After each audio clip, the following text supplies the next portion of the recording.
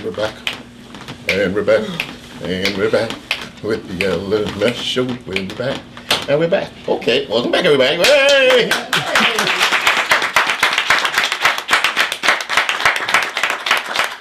Takes a whole lot being up here like this, I'll tell you. But it's a lot of fun. I enjoy it. It's the ham in me. Lord have mercy. Without no further ado, this young lady, you don't know who you're going to meet the next person. Met this young lady right here at Sisters, and she had an interesting story. Tell us your name, my friend. My name is Alicia Flynn, and I'm a nutritionist full-time, and I work for Bronx Lebanon Hospital. But we came last week. Yes. And do you remember what we wanted to talk about? We were talking about, and this is a topic that I think more, we'll talk about briefly about this later on, about our folks, especially black, they can't stand themselves. And I ain't talking about the James Brown song that, I can't stand myself. It may fall in that category too. And the reason why we're saying that is because what's been going on out here. I mean, young kids knocking off young kids, parents beating up the kids, and hits the front page of the paper. Things that so should be, hit the front page of the paper. That's in the front page, and it's so fast. Tell us what you were saying. Okay. What I talked about last week was the fact that when I moved uptown, it was about 2001, and my hair's always been like this, maybe a little black in it, but time goes by and stress gets on with us.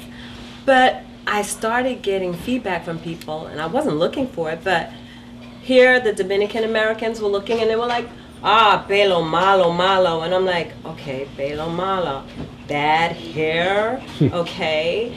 And even our people, African Americans, it was like, oh my God. And I'm like, oh God, what did I do wrong? And so I've been getting a lot of feedback from people, and good, positive stuff, but a lot of negative stuff. And it just reflects. I mean, I grew up in the 60s. I went through it all. African American, we went through it all those movements and things like that. Say aloud, black and proud. Black and proud. But look like today, it looked like it's taking a reverse, right? For sure.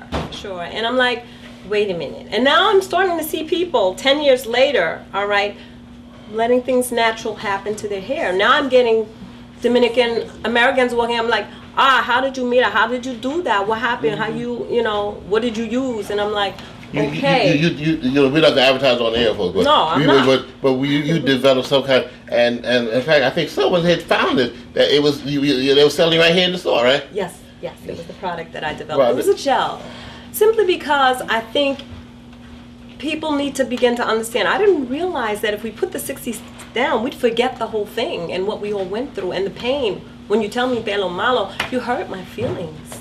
It doesn't feel good when you walk up to me and you say, oh my God. Or when little children look at me like, mommy, and I'm like, I do it back to them to give them some kind of fun. But I realized with my son at 4 years old, he was watching a commercial. I'm not going to say which product, was a woman just, playing in her hair. It was beautiful. It was long and it was shiny. And he's like, that's beautiful. And I said, what about mom's hair? He's like, nah. And I'm like, oh gosh, how do I get to my son now? The commercial got him.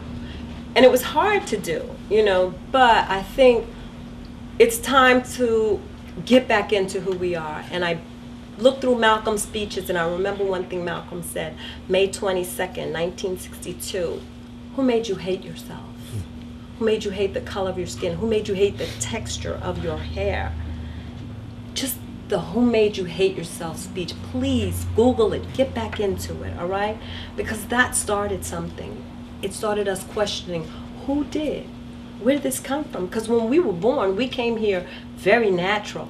And over time, I guess we just couldn't deal with it, And so we began to change just to fit in, assimilate. I see people, new immigrants that come here, they want to assimilate. Be yourselves. There's so much. When you start evolving, when your hair turns gray, be proud of that, because something comes along with it that you can't imagine. It is so powerful. Nobody can stop it. Nobody.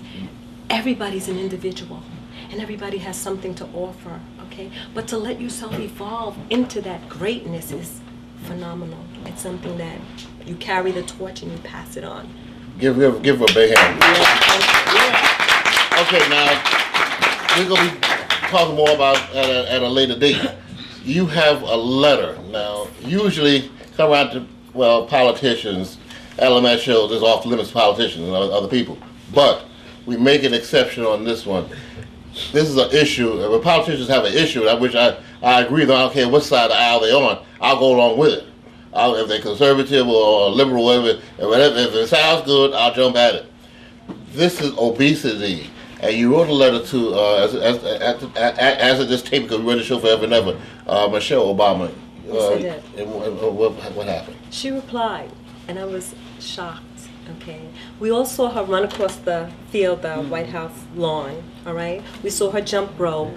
I had no idea what that was about, so I wrote to her and I said, "Yo, Michelle, you ran across the lawn. I saw you do this, but that's not good enough for the First Lady, What's the letter? Okay, and she wrote back to me. I told her I was a nutritionist and I wanted to help out with obesity.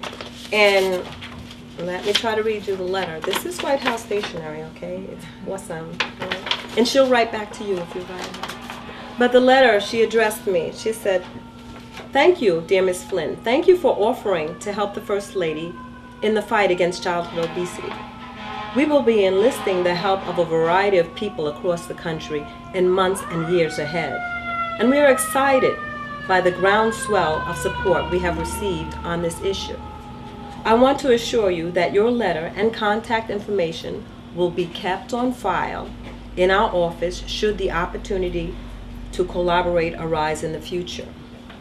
As you know, the First Lady is leading an initiative called Let's Move that centers around ambitious national goal of solving the challenge of childhood obesity within a generation, so that children born today will reach adulthood at a healthy weight. Let's Move will engage every doctor, every sector impacting the health of children to achieve this national goal, and will provide schools, families, communities simple tools to help kids be more active, eat better, and get healthy. This initiative is comprehensive, collaborative, and community-oriented. It will specifically address the various factors that lead to childhood obesity by helping parents to make healthier choices for their families, providing healthier foods in schools, increasing physical activity, and improving access to affordable food in all communities. Please join us online at www.letsmove.gov, where you can stay updated on news and connect with our efforts. Mrs. Obama believes that people like you are vital to our success in this issue, and she urges you to stay active and continue to lead the efforts to improve the health of children in your community. Thank you again for your invitation. The First Lady greatly values the important work being done all across the country, and she wishes you continued success in your efforts. Sincerely.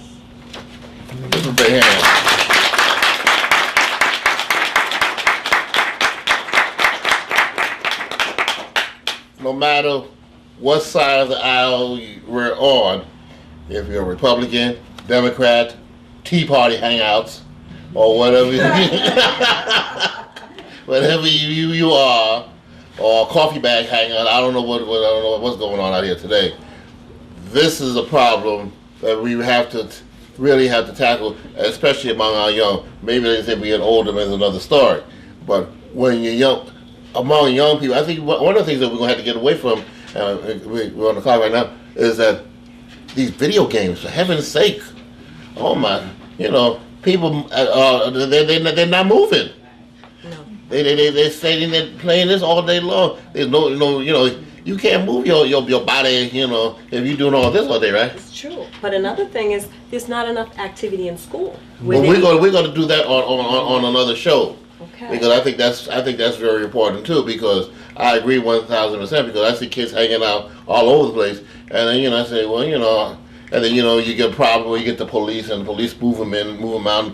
Well, then that's cool, but where are they going to go afterwards? That's another story in itself. And I think the community has to get involved with that. I would like to thank you very much. We'd like to bring you at a future date. Thank you. And the name, please. Alicia Flynn. Alicia Flynn. And we're moving right along